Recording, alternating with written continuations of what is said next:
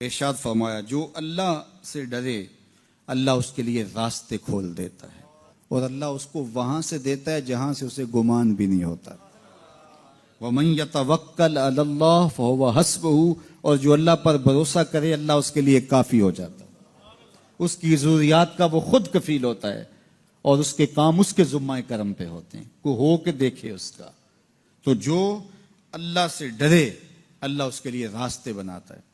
حضرت عوف بن مالک رضی اللہ تعالی عنہ الاشجعی حضور کی خدمت میں حاضر ہوئے اور عرض گزار ہوئے کہ میرا بیٹا سالم مشرکین کی قید میں ہے اور میں فاقوں کی حالت میں ہوں، تو فرمایا آل محمد کے پاس ایک سیر جو ہیں، بس اس کے علاوہ ہمارے پاس بھی کھانے کے لیے دنیاوی اسباب نہیں ہیں۔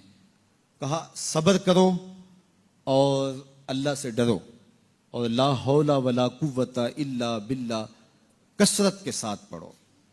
یہ ایسا وظیفہ ہے، ایک حدیث پاک میں آتا ہے کہ یہ 99 بیماریوں کا علاج ہے، اس میں سب سے کم درجے کی بیماری ہم اور غم ہے۔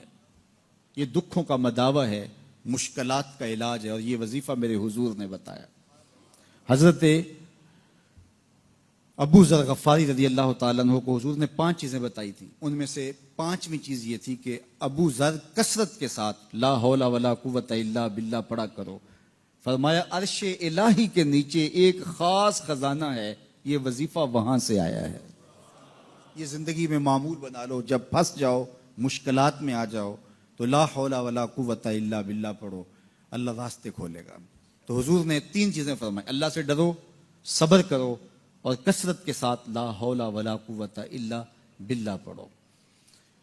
وہ فرماتے ہیں کہ میں یہ عمل شروع کیا، ابھی گھر میں بیٹھا ہی تھا کہ دروازے پہ دستک ہوئی، تو میں اٹھا کہ دروازہ کھولوں دیکھوں کہ کون ہے، تو دروازہ کھولا، دیکھا میرا بیٹا کھڑا ہے اور اس کے پیچھے 100 اونٹ کھڑے ہیں۔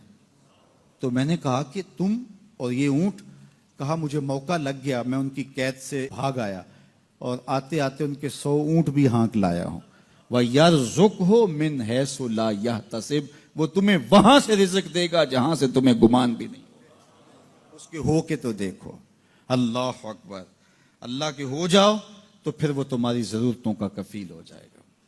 فرمایا حضرت عبداللہ ابن مسعود رضی اللہ تعالیٰ عنہ نے کہ کسی شخص کو فقر و فاقہ آ جائے تو وہ لوگوں کو بتائے کہ میں آج کل بڑے مشکل حالات میں ہوں، ہر وقت لوگوں کو بتاتا رہے تو اس کی مشکل بڑھے گی، اس کی مشکلیں آسان نہیں ہوں گی اس طرح۔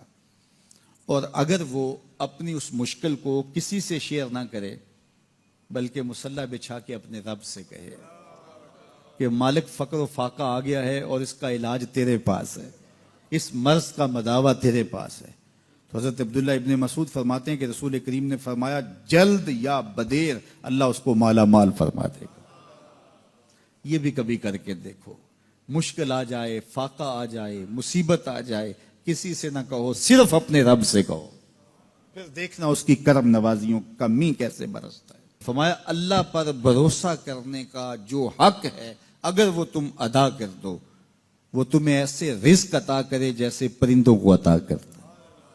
ہم تو دکان پہ جانا ہوتا ہے، فیکٹری میں جانا ہوتا ہے، ہم اپنے کاروبار پہ جانا ہوتا ہے، نوکری پہ جانا ہوتا ہے، مزدوری پہ جانا ہوتا ہے، ہمیں پتہ ہے کہاں آج صبح جانا ہے، لیکن پرندوں کو کوئی پتہ نہیں ہوتا کہاں جانا ہے، راس المال بھی نہیں ہوتا، لیکن صبح نکلتے ہیں، شام کو کبھی بھی خالی پیٹ نہیں آئے۔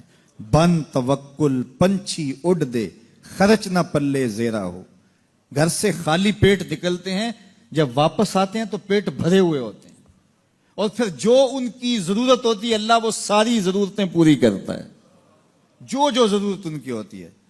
یہ شیر کتنا گوشت کھاتا ہے اللہ روز اسے دیتا ہے، یہ ہنس روزانہ سچے موتی کھاتے ہیں، اور آپ مارکیٹ میں لینے جائیں لاکھوں روپے لگا کے تولے ماشے کے حساب سے آپ خریدتے ہیں، پھر بھی آپ کو یقین نہیں ہوتا کہ یہ سچے ہیں یا 2 نمبر ہیں۔ اور ہنس دنیا پہ کروڑوں جانور پائے جاتے ہیں، روز کھاتے ہیں، صبح بھی، شام بھی، دوپہر بھی، پیٹ بھر کے کھاتے ہیں، اللہ روز انہیں عطا کر۔ کہا اس پہ بھروسہ تو کر کے دیکھو، وہ تمہاری ضرورتوں کا کفیل ہوگا، اس پہ بھروسہ کرو گے وہ تمہیں وہاں سے دے گا جہاں تجھے گمان بھی نہیں ہوگا۔